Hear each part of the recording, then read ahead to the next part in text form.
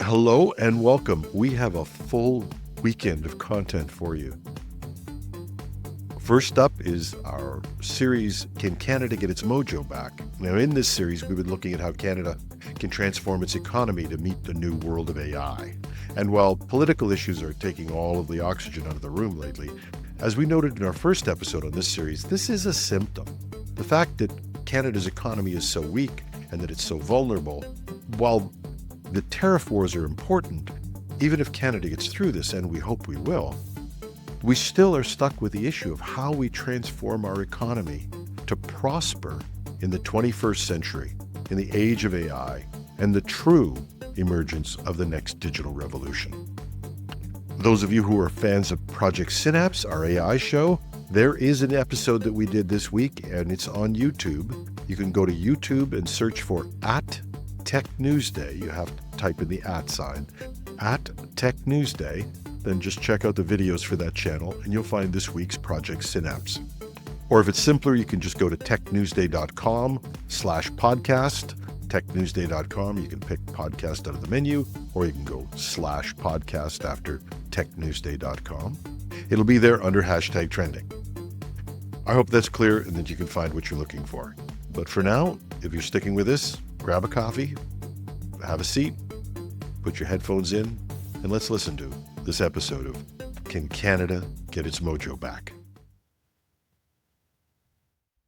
Welcome to the third in the series, Can Canada Get Its Mojo Back? My guest today is Benjamin Bergen. He's president of the Council of Canadian Innovators. I've been thrilled since I heard about the council, of getting you to be part of this series, because I think we agree in many ways that this isn't going to be one of those things where we pop a tariff and they have a tariff and then we get together, kiss and make up, and life will go on as it always has. I think there are deeper issues and I wanted to discuss those with you. But before we get there, can you tell me a little bit, or tell our listeners a little bit, about who the Council of Canadian Innovators are and why they came into existence? Yeah, no, that's a great kind of intro, and really happy to talk about the work that we do at the council, because I think our message right now has actually never been more salient and more needed for Canada. And in essence, the Council of Canadian Innovators is a group of CEOs and companies that are headquartered here in Canada that came together really under the auspices of how do we create wealth and prosperity for Canadians by building the goods that the world needs in order for us to have a successful economy and in order for us to continue to have a good quality of life. And so back in 2015, 2016, a group of CEOs got together and really felt that the public policy and decisions that were being made in this country really favored foreign multinationals. So branch plant economic models, thinking about the subsidies to things like Honda and other foreign companies and what they were looking to build here in Canada, and not really prioritizing how wealth and prosperity is created in the 21st century. And the premise behind CCI is very much that you cannot sell what you do not own. And we've got to begin building and creating things that we own as a country or as a people that we then sell to the rest of the world. And we've been beating this drum for the last decade, saying that Canada really has to figure out where it wants to play in the new global economy. How does it capture that wealth, keep that wealth here, so that we can have the social programs, the housing, the transit, all the things that make up a good society here in Canada. And if we don't figure out how to actually capture wealth in this new economy, we're actually going to find ourselves very poor. And what we're now experiencing in this Trump moment is not so much just what Trump has done, but actually our lack of preparedness in terms of getting our economy in order. And this is not a left or a right issue in this country. It's been a perennial challenge where we just have not done the right things in order to strengthen our economy as it has iterated into the 21st century and into a digital intangible economy. So that's really the premise of why we went from originally just 16 member companies to over 165 right across Canada that are building real solutions, solving real problems, and creating products, whether they be digital or physical, to actually sell not only to our own governments, not only to sell to other Canadian businesses, but actually to sell goods and services to the rest of the world. You know, People would say that the branch plant economy, I guess that would be the basis of the Canadian industry. And we went through two successive free trade arrangements to make that possible. We have an integrated auto sector. All of those things have been beneficial to Canada. Why did that stop working? I think the real strengths of what I can talk about are how I think that we actually need to diversify our economy and ways that we can do that by working with innovators. But I will go down a little bit of the rabbit hole with you on some of the more economic history narrative components. And in essence, the United States has changed, and I think it's changed for a number of reasons, where there's now concerns around their own economic security with the rise of China and semiconductor capacity, with the rise of technologies that have transformed how power dynamics work, right? Who controls information, how information is sent. The fact that one of the wealthiest or the wealthiest individual in the world can purchase what was the city square and being able to use it in ways that help transform or change society has been huge. And so I think we need to realize that the economic reality that we found ourselves in even 4 years ago is now fundamentally different. And the challenge that we right now are experiencing is determining what is the level of that severity. Worst case scenario, the idea of us becoming economically weakened, so much so that joining the United States becomes something that is palatable, I think is a real reality.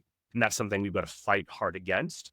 I think it's the United States returning to a real mercantilist economic model where basically all of the high-end goods and services are actually created in the United States. And then they basically are just fed by countries that produce and give them the raw materials required to either reindustrialize or be able to sell us high net goods. And so if the world is no longer the way that we think it was, we actually have to respond in a way that is as dramatic and as challenging as we think it is.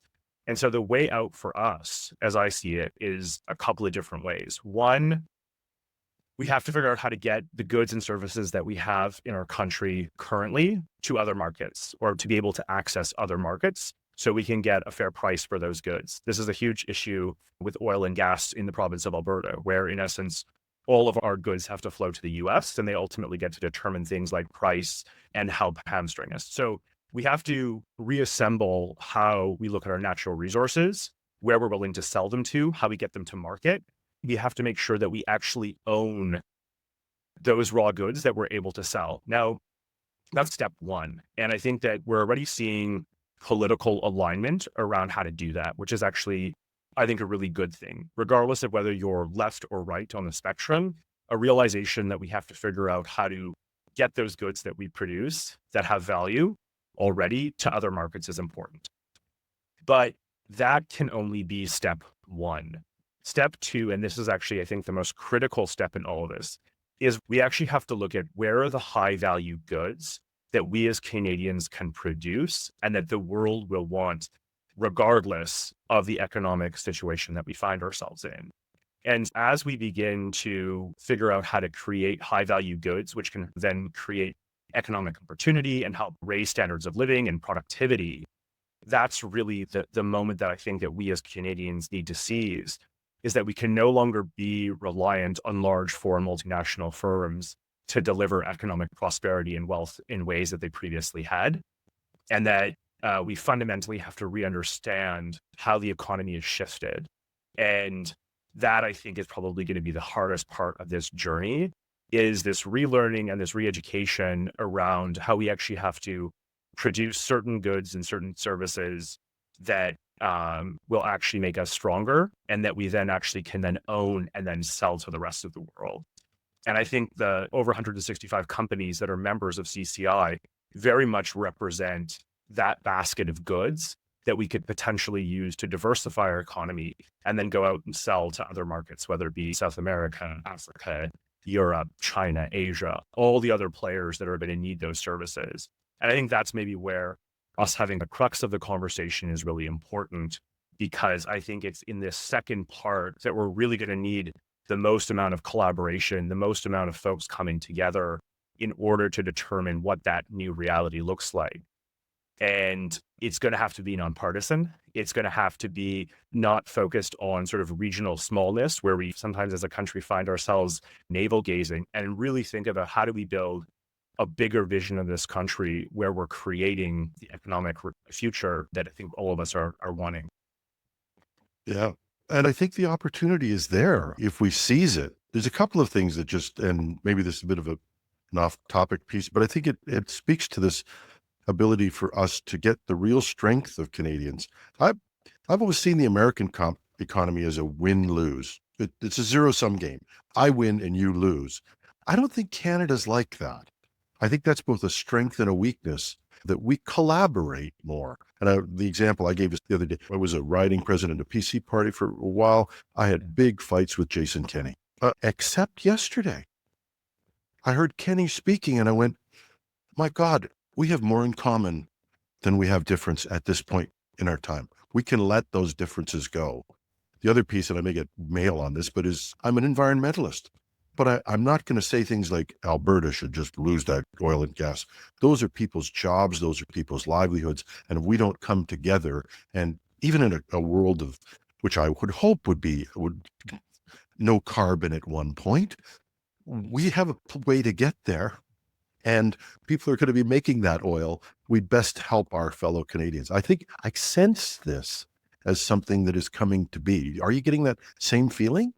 Yeah, very much. I think the small differences that may have actually divided us politically seem irrelevant, right? Like the Venn diagram now overlap of what is the country that we want to be, and the fact that we want to remain a country and remain sovereign and remain free and hold to the values that we as Canadians have built.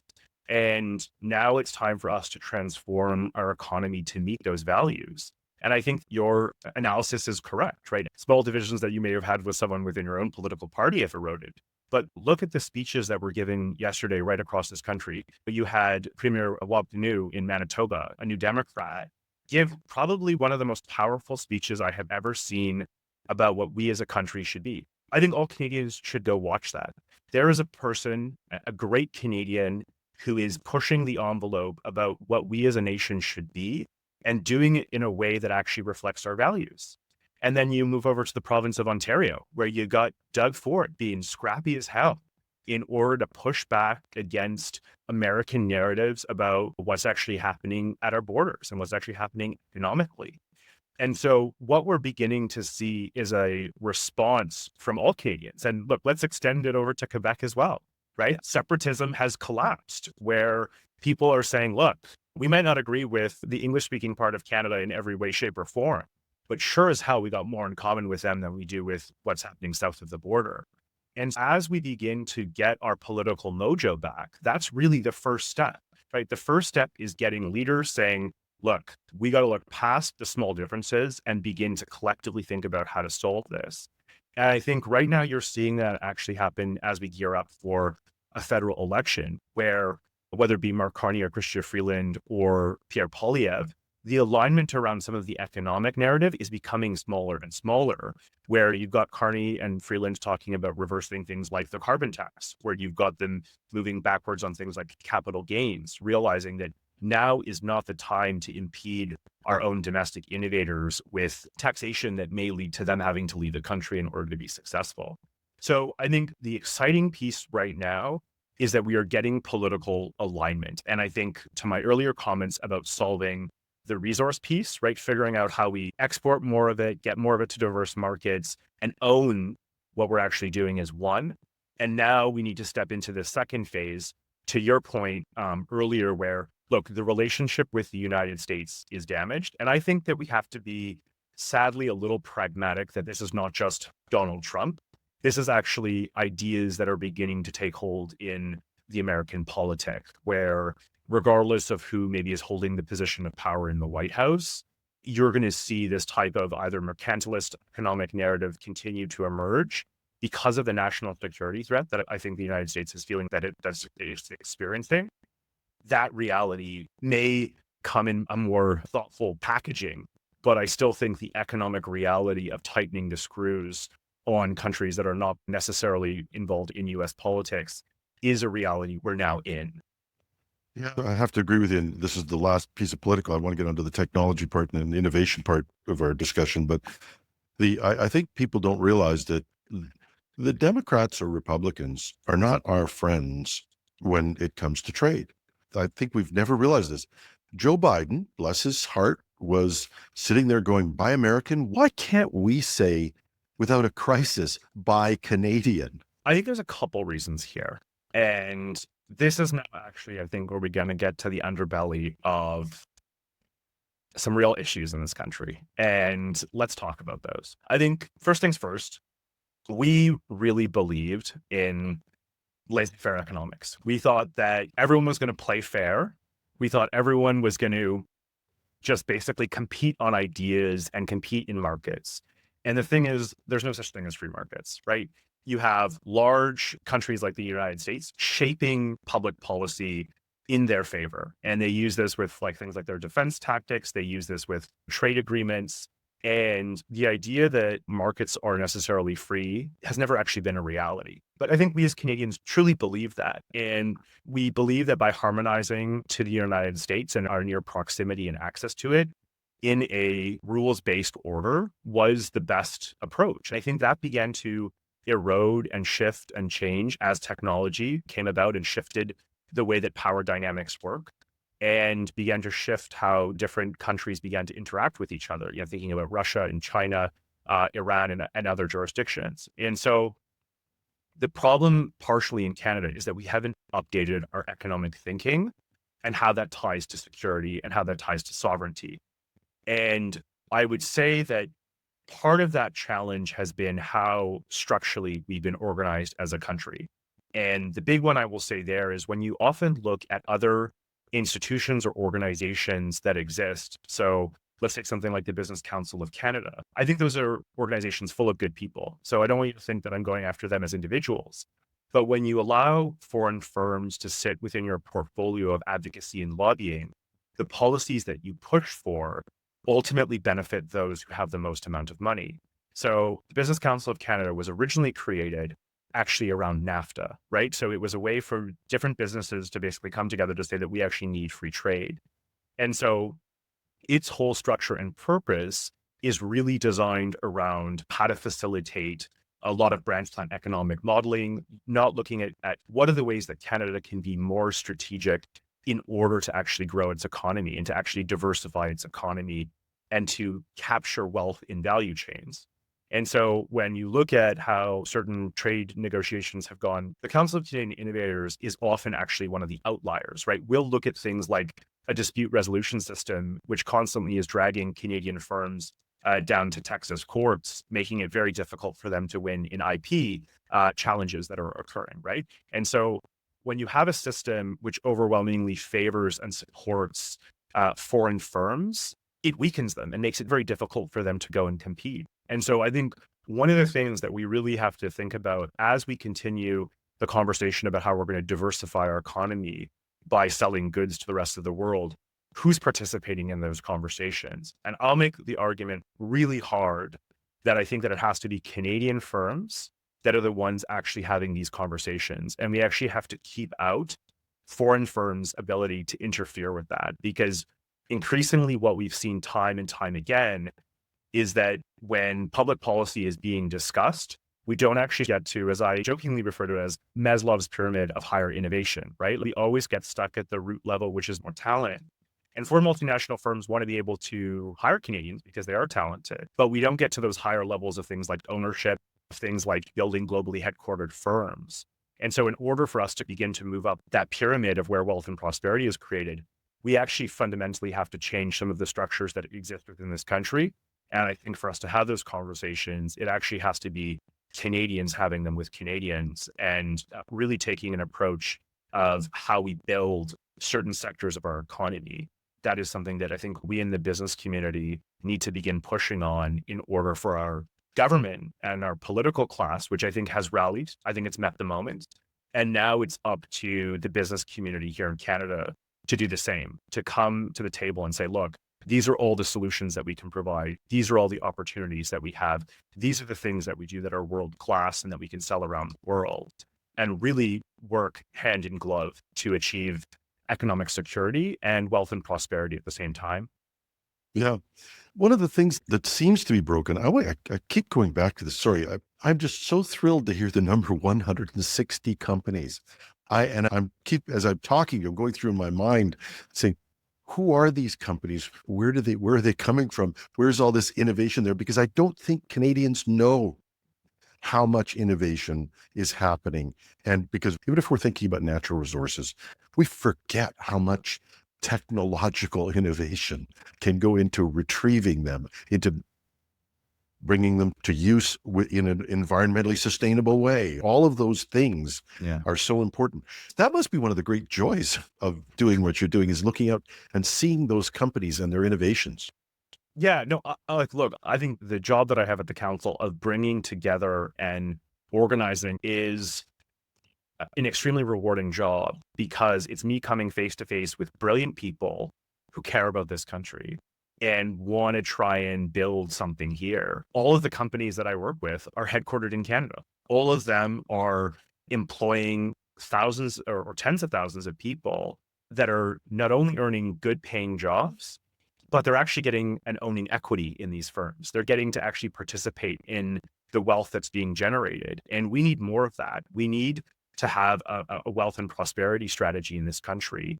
Whereas previously, we very much had a job strategy where we thought that if people worked at assembly lines, or if people worked for in tech doing R&D, that was sufficient. And what we've realized, as you look at, a lot of the key economic indicators, is that this was backsliding for the last 25 years, right? This is not something that we've just woken up to. A year ago, we had the deputy governor of the Bank of Canada come out and say that we had a productivity crisis and we have to break glass and begin to actually do the right types of investment in order for us to get the firms that I'm talking about to be able to be successfully and being able to scale and grow. And what we've done at CCI is really done a catalog of what are the issues that these firms are facing. And they fall into four buckets. They fall into access to capital. They fall into access to talent, right? Do we have the workers and the folks that we actually need to build these companies? It falls into access to customers. And the big one there is government procurement. And we're actually going to come back to that, Jim, a number of times later in the conversation, I promise you. Absolutely.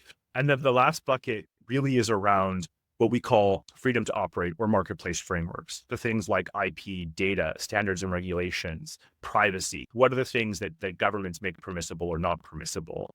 And so it's those four areas that we at the council have looked at where the problems are, and then really focused on what are solutions that we can deploy to help these firms become innovative and to be able to sell their goods around the world. And what we really employ all governments, whether they be federal or provincial, left or right, is forming relationships and building relationships with domestic firms that can solve your problems. Because when they solve your problems, they're also solving the problems of the world.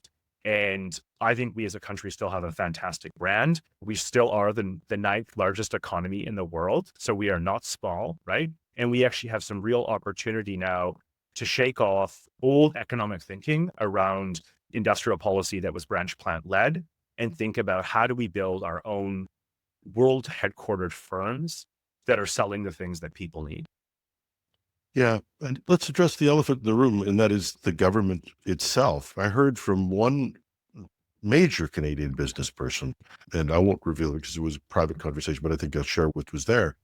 I presented to him, I said, why does the government always seem to talk about small business and then stomp on small business? And what he said, and it was laughter, but it was a sad laughter, that they really do. They get in the way of innovation more than anything. And I'll give you an example. We'll talk about purchasing. Doug Ford tore up a contract with Elon Musk for $100 million. Congratulations to Doug Ford. There are two companies that even I know about who make satellites for around the world, the best in the world. One of them sitting in his own province, another sitting in Quebec. And why aren't they building the satellite network for internet for us?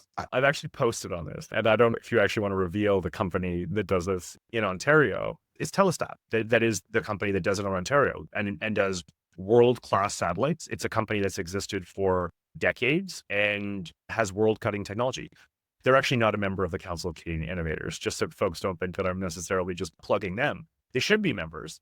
But what I would say is this is the way that we have to think about security and thinking about dual use purpose, right? We need to help develop and strengthen our own capabilities in areas like telecommunications, realizing that those are now actually tied to economic defense, right? We've seen this in Ukraine with things like drones and how they're being used and deployed, everything from complex mapping to figuring out where there are issues. But these technologies not only have the benefit from a telecommunications perspective or from a defense perspective, but also from areas like environmental. One of the member companies that we work with does 3D imaging and mapping that actually helps cities right now in Canada determine where things like climate change will be most impactful by looking at floodplains and looking at where weather surges may occur from challenges of new types of weather, and figuring out how we actually purchase solutions like Telestat, which are world class, that then can also be sold to other governments. If you're an emerging economy right now, who are you wanting to now buy your telecommunications from? Is it China? Do you actually think that Huawei is an acceptable technology solution where we know there's real concerns around national security? Are you wanting to purchase it from Elon Musk, who we've now seen use it as a political tool in terms of trying to extract opportunity for America? And I think the answer is no. And so there right now, globally, is a sweet spot for middle powers to build a great technology and then sell it to other jurisdictions in other parts of the world. And that's really how we're going to get out of this mess. It's going to be by figuring out what the world needs, selling it, and being able to have our own economic strength. And that, I think, is something that we need to be nonpartisan. We need it to be immediate. And again, Jim, I think that we're actually seeing political alignment on this. We had the Premier of Nova Scotia basically come out and saying, we are completely rethinking our procurement and how we're looking at this. And that, I think, is a green light, but we've now actually got to get us into the position where it is no longer just rhetoric, it's actually being actioned. I don't think, and I keep saying this, and I can say it because as long as I was a consultant, so I can't reveal any details of things, but I can, as a Canadian, say if Canadians don't realize that their procurement is fundamentally broken, and it is, I'm going to use the technical term, it is pissing away their tax dollars on big companies that slough all the risk back to the government because of the way they structure their purchasing. For instance, if you look through federal purchasing, everything is weighted towards a company that's so large, it has to be American. There is no facility for a small company to earn a contract. Everything gets in the way. And yet our civil servants, and bless them, this is not the people who are making the decisions in the room. This is the policy that they are given to execute. This is the way they're told to do it. And by the way, take all the risk out of it. And so don't innovate, don't take a chance on a Canadian company. Take it, buy the sure thing, which will have an overrun anyway. As a Canadian, I want to bite the edge of my desk off because of this. And it not only penalizes Canadian businesses, it's penalizing the taxpayer. What do you do about this?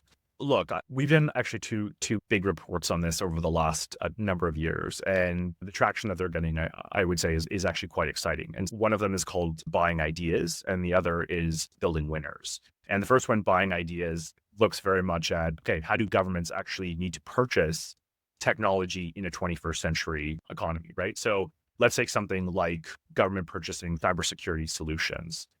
Government actually needs to collaborate with domestic cybersecurity companies to help them understand what the issue is. One of the interesting things is that our government actually purchases a lot less domestic cybersecurity from Canadian companies than any of our Five Eye partners. So our Five Eye partners actually purchase way more Canadian cybersecurity solutions than our own government. What we actually need to have happen is have our governments go to innovators and say, look, these are problems we're experiencing. Can you help us solve them? Can you go in and look at what are the types of solutions or services that you can provide that will shield us from different forms of economic hacking, that can shield us and help us strengthen networks so we can continue to communicate?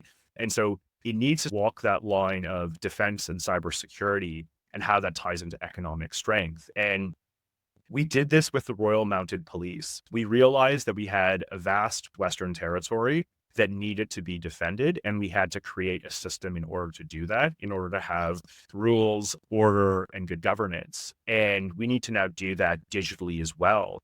And who needs to be out there enforcing and protecting Canadians? Turns out it needs to be Canadians.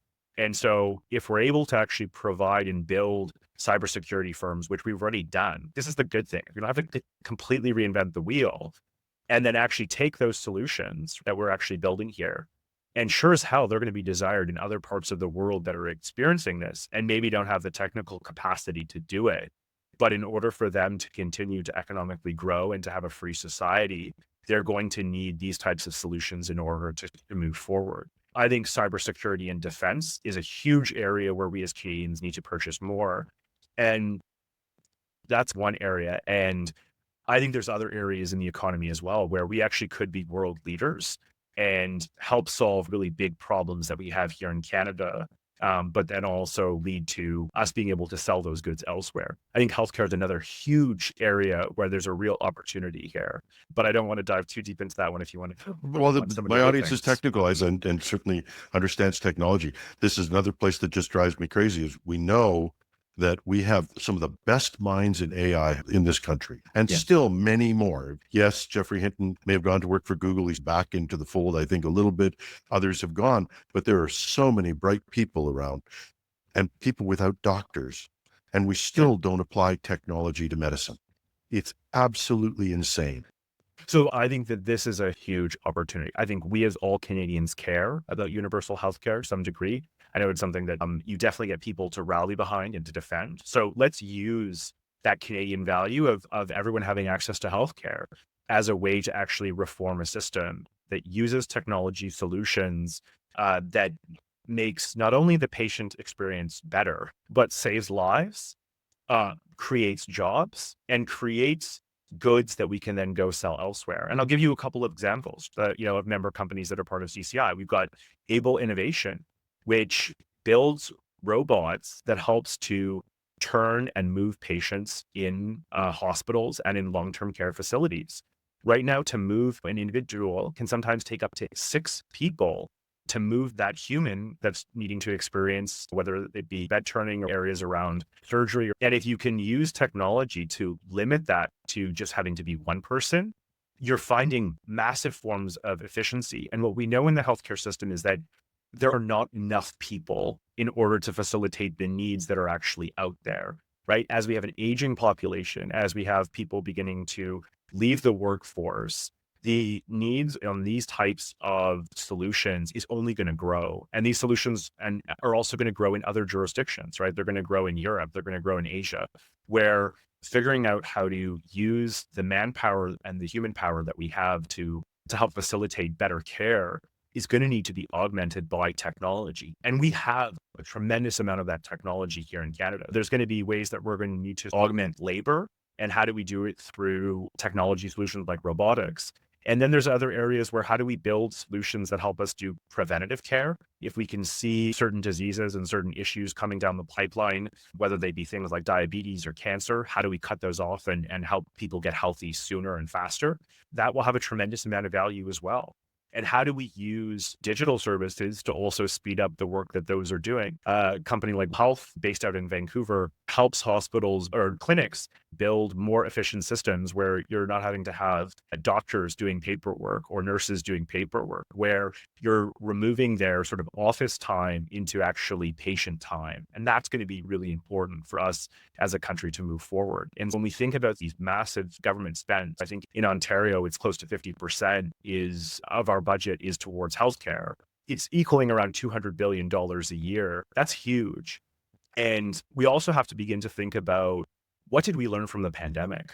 What did we learn about our inability to actually access vaccines? Imagine now if we enter into a real situation with bird flu, where we're beginning to see some concerns about it spreading to humans. Now, I don't want to be an alarmist, but being pragmatic about where we're going to get and build the vaccines in a way that protects Canadians is huge. And We saw with Donald Trump when things like masks were hard to get, that masks that we had purchased that were coming from the United States to Canada were potentially going to be held up at the border. And I think that we need to remind ourselves that if there is going to be another major health emergency, do we have the right technologies and do we have the right ability to actually respond to these types of crises? And that I think is something that we also have to take into real consideration. And that's not just about us having the capacity to make vaccines, but actually having the capacity to iterate and to build vaccines that are actually going to prevent the spread of certain viruses. It is not if, it's when we have another pandemic. The history have taught us that they will come from time to time. There's not anything you do about it. But we don't build the resilience into our economy. One of the things I just marvel at is the United States, what is it, $12 American for a dozen eggs? Why aren't we as affected? We have smaller producers. We don't have million chicken farms that where if one animal gets sick, you have to destroy them all.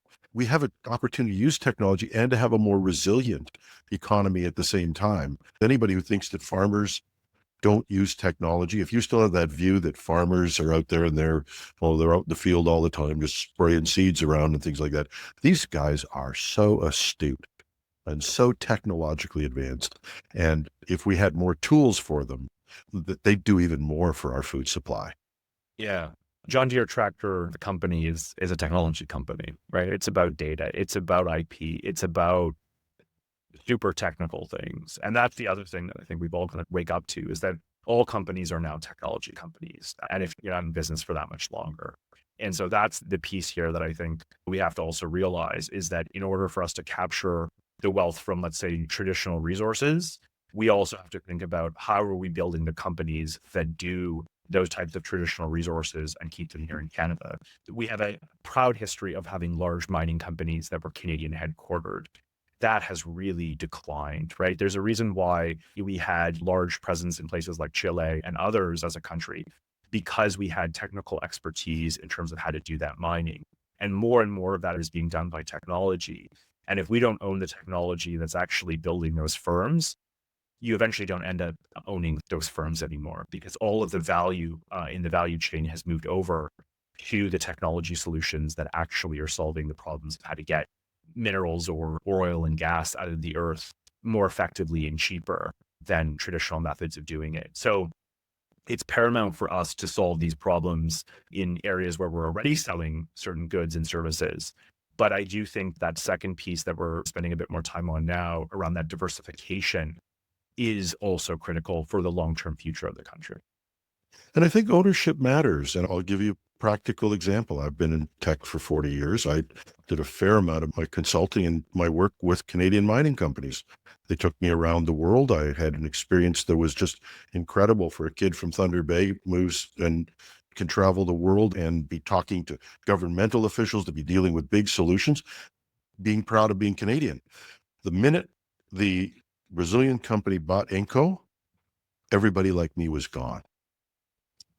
We were shut down almost instantly.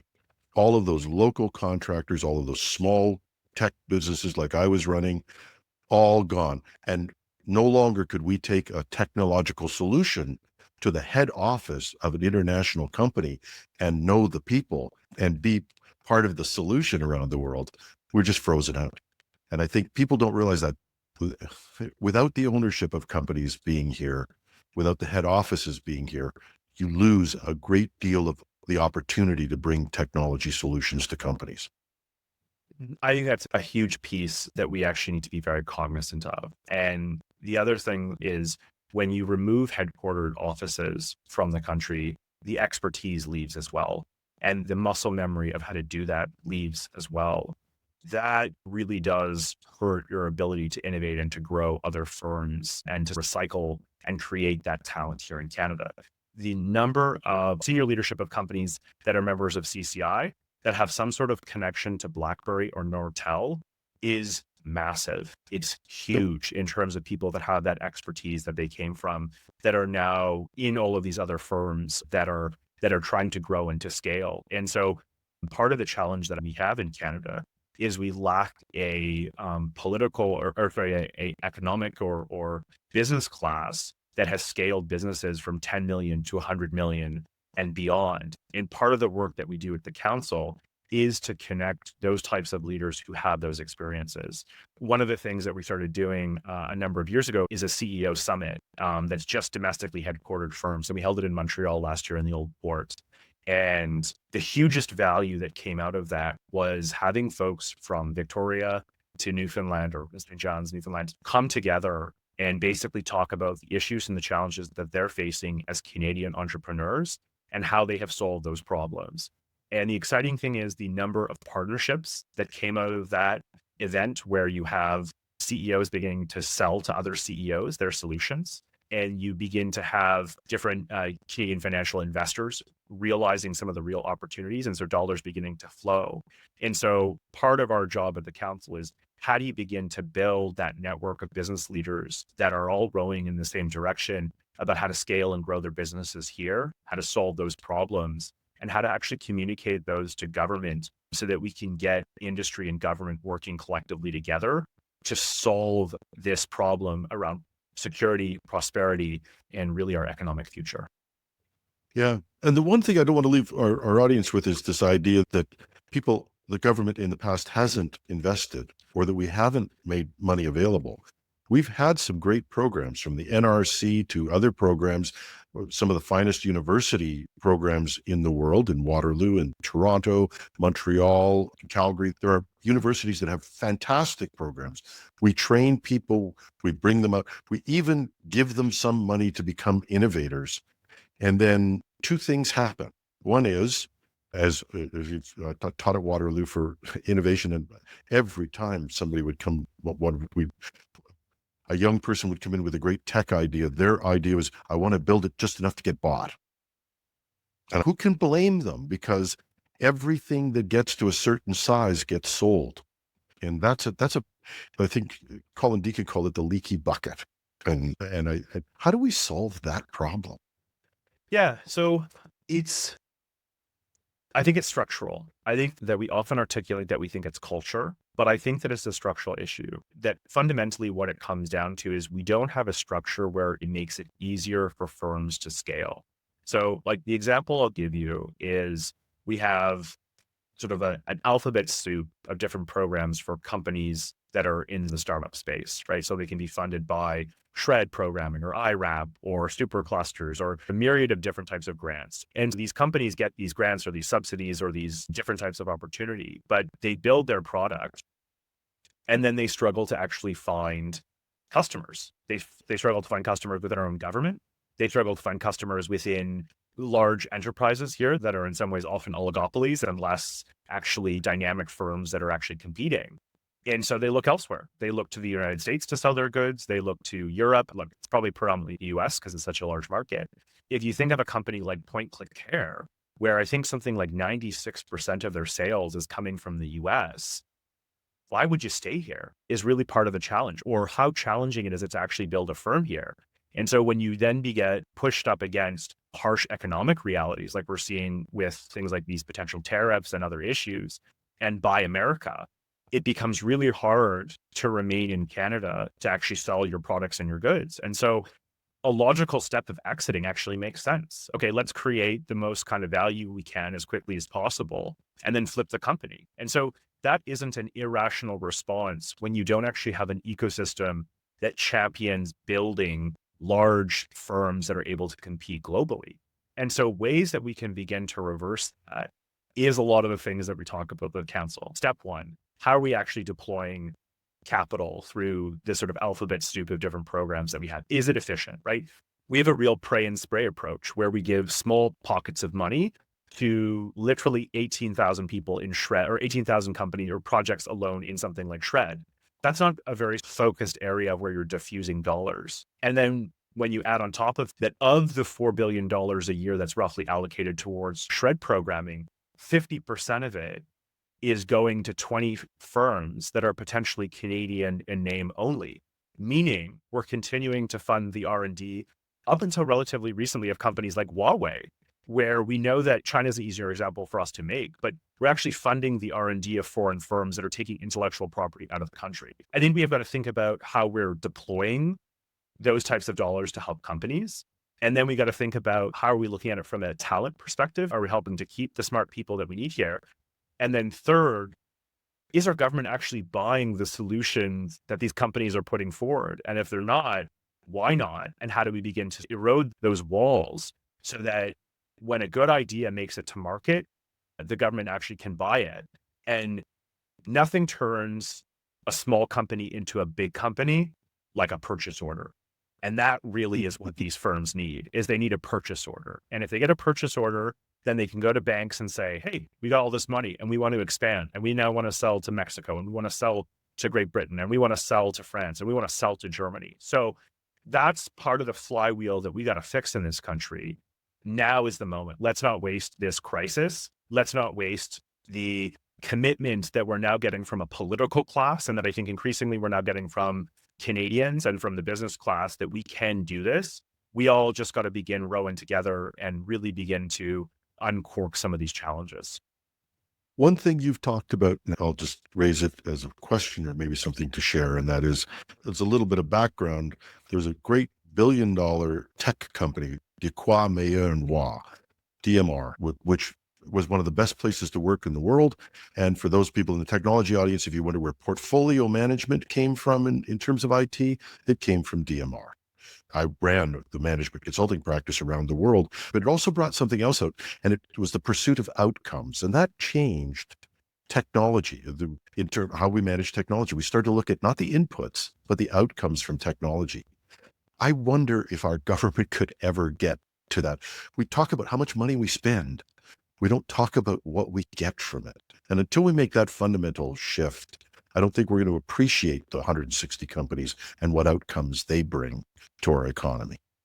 Yeah, I think the economic crisis that we find ourselves in, the slow moving aspect of it, which has been the sort of productivity prosperity decline over the last 25 years, now matched with the economic threats that we're experiencing from Trump and from a US administration, I think is that catalyst. If nothing is going to wake us from this slumber, then we're in real issue. But this has awoken us. This has literally aligned the political spectrum of our country around needing to repel this. And I think we'll definitely respond with the first piece, which is that movement towards getting the current goods that we have to more markets. That I am convinced about. The area where I am concerned, I would say the most, is the second piece, which is this diversification. And I think it's incumbent on folks like myself and others to get out there and to sell this vision to Canadians that, yes, we can do this. Yes, we have the capabilities and the capacity. And we've aligned our political mojo. And now we've got to align our economic mojo to do this. And we've done this as a country in the past. How we unlocked all of the oil and gas out of Alberta was through a partnership between Canadian technology companies, the University of Alberta, and the provincial government to create AOSTRA, which unlocked all of that great opportunity and all of that intellectual property. So we can do this. We do have the capability. The question is, can we meet the moment in terms of the time that we have to do this? Resolving a federal election, I think, is actually really important. We need to get this dealt with so that we have a government that is able to begin to plan for long terms. But in that long-term planning, there needs to be alignment between left, center, right of where are the areas we're really going to try and double down on, whether that be cybersecurity. I think that should be, dual purpose defense technology, and something like healthcare, where we as Canadians can all get on board, because the world as we knew it is over. And even if there is a reneging on these tariffs in the short term, I think we need to be very cognizant that America's interests have shifted, and it's not just one individual who is leading this charge. It is an administration. Yeah. And just for my American listeners, and I do have them, our argument is not with the people of America. Our argument is with building a strong neighbor who can help make us all wealthier, and rising tide lifts all boats. Canada being on the ropes is not good for North America. And having a powerful neighbor that has got wealth is not a bad thing for the United States either. We're a big customer and will remain that way no matter what happens. Yeah, very much agree. So my audience is a technology audience for the most part, or people who are running technology companies or people who are interested. What can we do? The Yeah. council's doing great things. What could we do to help you? Yeah. First things first, if you are working at a company that can become a member of CCI, consider it. We didn't get too much into it. We're a nonpartisan group of Canadians that are trying to build wealth and prosperity and really fight for this future that I've been talking about. And getting involved in supporting our work is, I would say, top ability in order to help us with that work. And we're not for profit. We're only funded by domestic Canadian headquartered companies. We don't take money from government. We don't take money from foreign multinationals. So we're pure as the driven snow in terms of our perspective on how to get Canada where it needs to go in order to build a future we all want. Get involved, I would say, with us as an organization. But second, get involved as a citizen, engage with the political class, right? We just had an election here in Ontario.